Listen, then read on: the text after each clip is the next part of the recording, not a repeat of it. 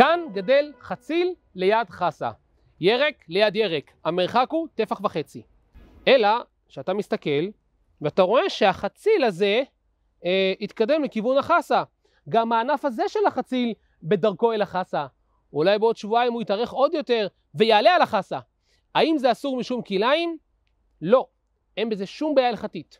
בהלכות כליים את המרחקים מודדים מנקודת זריעת הזרע באדמה או מנקודת שתילת השתיל, ובחציל זה כאן. את ה-15 סנטימטר צריך למדוד מכאן 1.5 טפח עד נקודת זריעת החסה, אז יש לנו כאן הרבה יותר מ-15 סנטימטר. אם מעלים עולים אחד על השני, אין בזה שום בעיה, למעט ירק אחד שנקרא במשנה דלעת יוונית, שבו יש חומרה מיוחדת שצריך להרחיק מעלים. אנחנו לא יודעים בדיוק מהי דלעת יוונית, אז אנחנו מחמירים בכל דלעת להרחיק מעלים. אבל אם זה לא דלעת, אין בעיה שהעלים יעלו אחד על השני. אז ראינו כאן הרחקה ראשונה של ירק מירק, 1.5 טפח. אחרי החסה גדל סלק. אפשר לראות את שורש הסלק הגדול. זה ירק וזה ירק. המרחק כאן הוא מרחק אדיר ומיותר לחלוטין. אפשר לשים כאן באמצע עוד מין. כמה המרחק ביניהם? המרחק הוא קצת יותר מ1.30 מטר. אין שום ספק שאני יכול להכניס ביניהם, בין החסה לבין הסלק עוד מין. השאלה, מה אני יכול להכניס ביניהם? אז יש לי שתי אפשרויות. אפשרות אחת היא לזרוע קטנית, למשל חומוס, רק שאם אני זורע כאן קטנית, אני אוכל לזרוע רק שורה אחת, כי אצטרך להרחיק 60 סנטימטר מהחסה ו60 סנטימטר מהסלק, כדין הרחקה של קטנית מירק.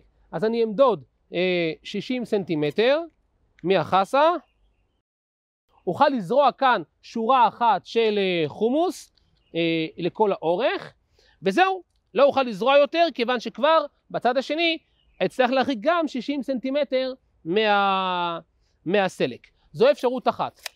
אם אני אבחר לזרוע כאן ירקות, זה הרבה יותר קל, וההמלצה היא לכל מי שמגדל בבית בשביל תחביב, לגדל ירקות.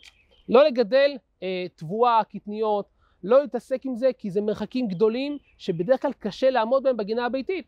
אז גם כאן, אם אני אקח זרעים של עגבנייה, זה הרבה יותר פשוט.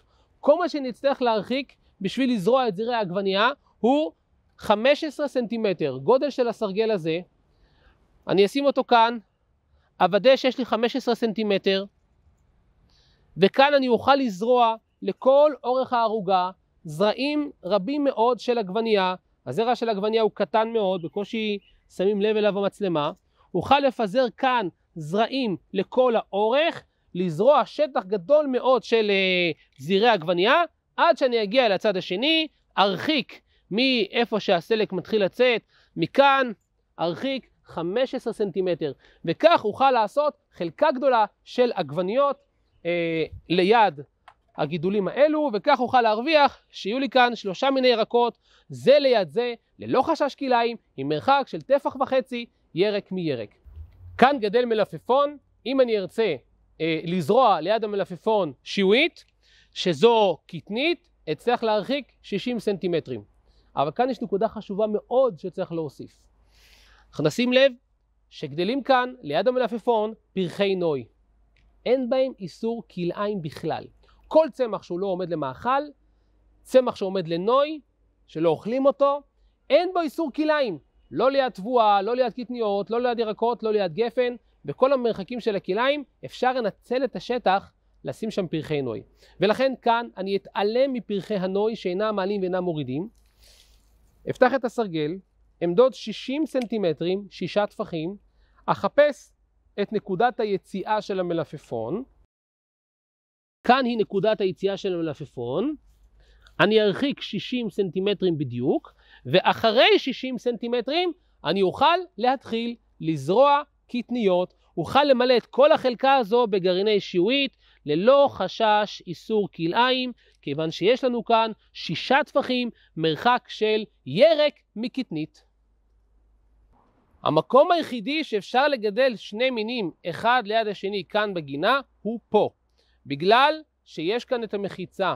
אפשר לזרוע כאן חיטה ומעבר למחיצה אפשר לגדל שעורה.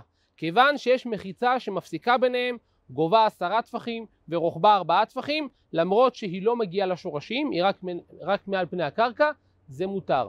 אכן, בעונה הקודמת גידלו כאן בצד אחד תירס ובצד השני חומוס. בואו ונראה את זה. אחרי הכרוב גדל תירס.